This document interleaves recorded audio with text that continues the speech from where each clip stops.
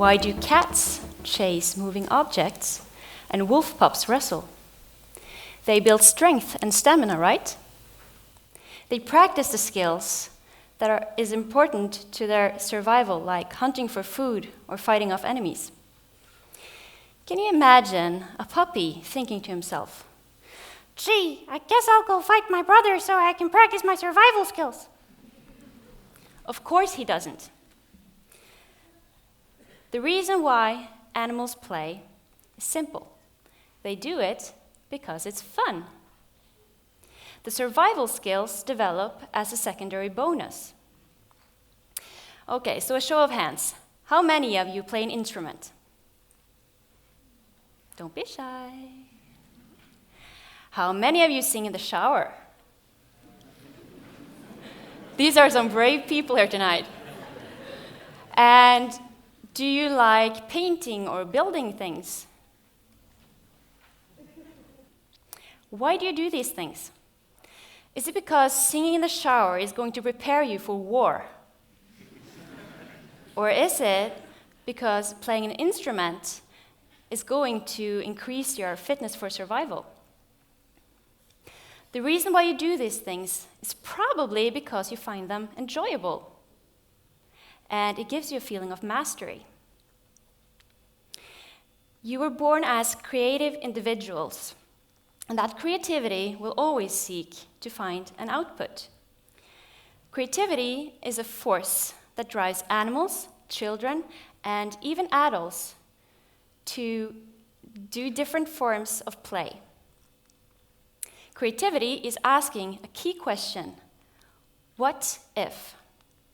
Now, I know this guy, he's a cosplayer, and he has pinned the term obsessive creative disorder. Now, I find that brilliantly describing cosplay. Cosplayers are bursting with creative energy, and it can't have only one output. And putting it like this, it may sound impossible to have a normal life and still cosplay. But the fact is that cosplayers are all ages and genders. We have different backgrounds, occupations, interests, and hobbies. And a lot of us have also got a family and a job. I, for instance, am a psychologist. And I've been married for 10 years, and I have a young daughter. Now, I love my job. I worked really hard for 8 years at the university to be able to do what I do. At the same time, I can't deny that I have a powerful creative side as well. Now, if you think about it, science is also a creative activity. Science constantly asks the question, what if? Now, some of you may recognize this pyramid. It's Maslow's hierarchy of human needs. And it describes all the things that humans need in order to live and thrive. Now, the most basic needs, naturally, are the physiological, like food and water and sleep. And then comes our need for safety, for belonging, and to have a good self-esteem. Now, on top of that hierarchy is what Maslow says that all humans ultimately strive for, and it's the need to express ourselves. And the way he describes this is mostly through creativity. When people are at the top of this pyramid, they come up with ideas that can change the world. Now, the ability and the urge to express ourselves creatively is something that we're born with. And just like a muscle, we can strengthen it every time that we use it. Creativity is such a strong part of human nature that we can find art as a part of humanity for as far back as we can trace it. Art is created through imagination and skill. It is something that expresses important ideas and feelings. Now, that is a description that can easily be applied to cosplay. Okay, so by that definition, a movie is art too. So let's picture the following. When they make a big budget movie, they have a team of people for every part of their production. They have people who write the manuscript, they have the directors, they have camera, light, and special effects people. There are those who make the props, those who make the costumes. There are hair and makeup people. And of course, there are the actors. It's a huge collaboration of a bunch of people with different skills and specialties. Now, in cosplay, you do all of that yourself.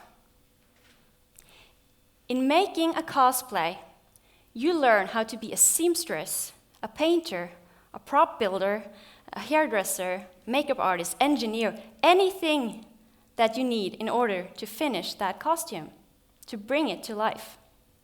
And if you also enter cosplay competitions, you have to be a stage writer, a director, and an actor as well. Now here's the kicker. Cosplayers are mostly self-taught. How impressive is that?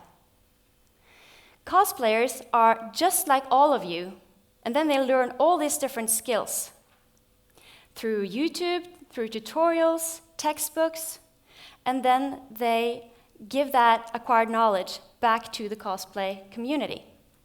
Now, I participated in my first cosplay convention in 2012, and I went with a friend just to see what it was all about. And what I found was a group of very diverse people who were extremely warm and welcoming. Some in particular inspired me. The things they could make out of something as easy as pizza boxes and hot glue was mind-blowing. And now, being a sucker for learning new things and creating, naturally, I had to try my hand at that. Now, before I started cosplaying, my crafting skills were reduced to repairing holes in my husband's pants and knitting a scarf. Rectangular shapes are very safe. I sat down and I taught myself how to sew, to paint, to build, and to bend thermoplastics to my will. And for every new thing that I learned, when I mastered it and I saw the result, I got such a kick out of it. And I've never tried skydiving, but I imagine that the feeling is pretty much the same. Now, just to be clear, not all cosplayers make their own costumes. It's not mandatory. Cosplay stands for costume play and not for crafting play. However, since the crafting part is what got me passionate about this hobby, I'm going to walk you through and give you some insight into the process of making one. This hurts because it's true. So first off, you get inspired by something. It can be playing a game, watching a movie, reading a book, or pretty much anything. Something about that universe, about that story, that character, or just the outfit itself gets you all invested. So then you spend an awful lot of time on the internet trying to find high-resolution, well-detailed reference pictures. Now, picture a cartoon or a game character. A lot of their outfits look like they are either painted or glued on them, since there are no buttons or velcros or zippers to be seen. So it takes a lot of planning to figure out how you are going to make this in real life and still be able to get in and out of it. For instance, this guy has a piece of armor apparently hovering over his shoulder. Now, in real life, we have something called gravity. In fiction, gravity is not a big problem. It's kind of optional. And the same goes for this big sword. Now, it's strong, it's huge and it's heavy, yet he just clicks it onto his shoulder and it stays there. My solution for this was that I got the strongest magnets that you can get without working at NASA. I embedded 3 of them in his jacket and 3 of them in the sword.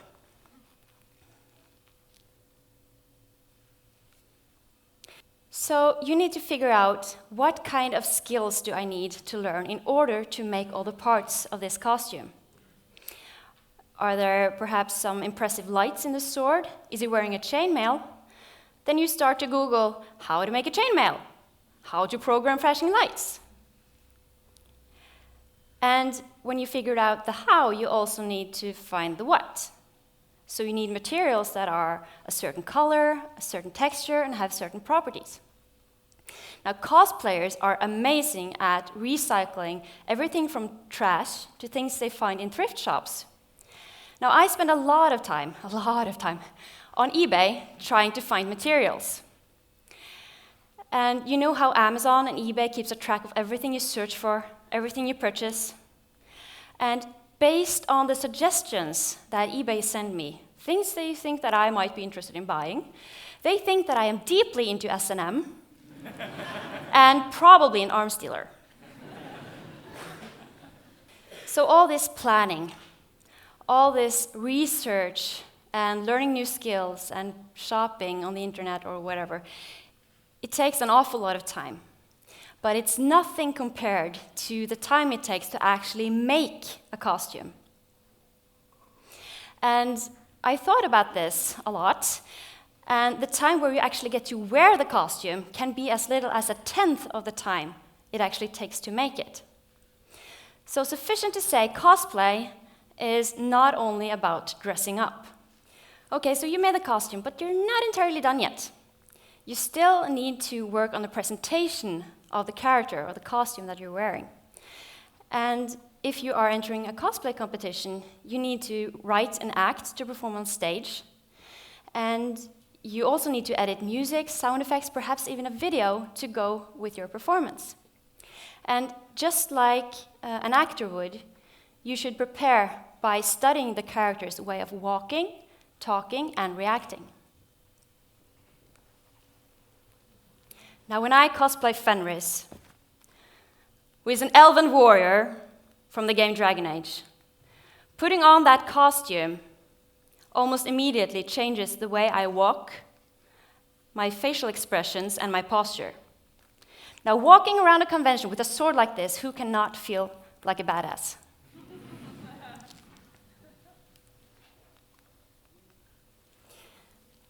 So what you see as an audience is just the end result of a long process and a lot of hard work. That's me in the middle, by the way, crying my eyes out after being up a whole night making a belt and finding out I had to start all over again.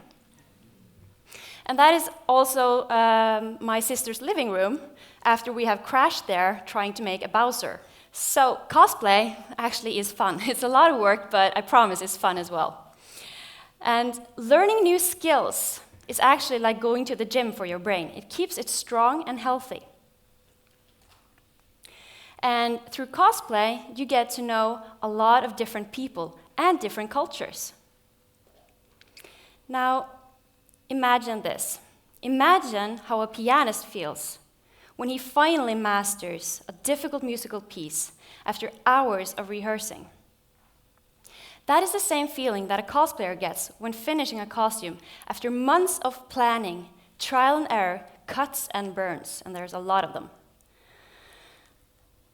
And it's a great feeling when you finally make a perfect French seam for the first time, or when you solder a light circuit, or you make a cardboard sword look like real steel. Just like painters, singers, dancers, writers, and so on, cosplayers are artists. They are multi-talented artists, to be fair.